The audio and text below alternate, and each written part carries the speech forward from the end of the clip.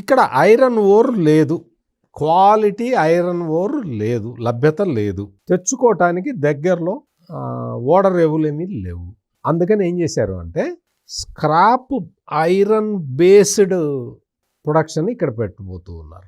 Scrap collect చేసి దాని నుంచి అదే కాకుండా డైరెక్ట్ ఐరన్, అదే కాకుండా డైరెక్ట్ రెడ్యూస్డ్ ఐరన్, దాని ఆధారంగా దీని ప్లాంట్ నడుపుతారు. Scrap iron, direct reduced iron, ఇవి ముడి పదార్థాలుగా ఫ్యాక్టరీ నడుపుతారు. అంటే దీనికి కంప్లీట్గా మోడర్న్ టెక్నాలజీ కావాలి.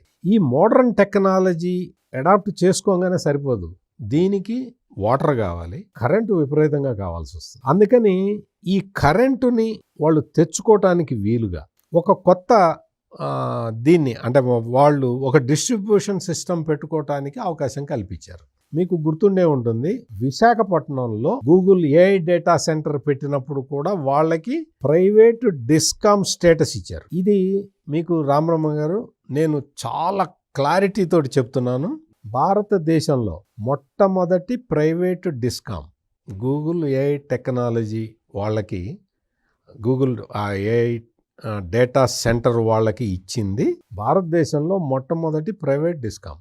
అంటే వాళ్ళే విద్యుత్తుని కొనుగోలు చేయొచ్చు డైరెక్ట్గా. కొన్ని క్లాజులు ఉంటాయి, రాష్ట్ర ప్రభుత్వం ఎక్కడ కొనుగోలు చేస్తుందో అక్కడ కొనకూడదు, మీకు డైరెక్ట్గా ఈ సాంప్రదాయ ఇంధనం కొనకూడదు, మీకు ఈ గ్రీన్ ఎనర్జీనే కొనాలి, ఇటువంటి కొన్ని కండిషన్లు ఉంటాయి. అంటే గవర్నమెంట్ కొనే చోటకి వెళ్తే మీరు ఆంధ్రప్రదేశ్ ప్రభుత్వానికి 4 రూపాయలకి ఇస్తున్నారు కదా, మాకు కూడా ఇవ్వండి అంటే మేము 4 రూపాయల 20 పైసలు ఇస్తాం, మాకు ఇవ్వండి అంటే వాళ్ళకి ఇచ్చేస్తారు కదా. సో అందుకని స్టేట్ గవర్నమెంట్ ఈ క్లాజులు పెట్టింది, కొన్ని క్లాజులు పెట్టింది. ఆ క్లాజుల ప్రకారం ప్రైవేట్ డిస్కామ్ ఇచ్చేశారు.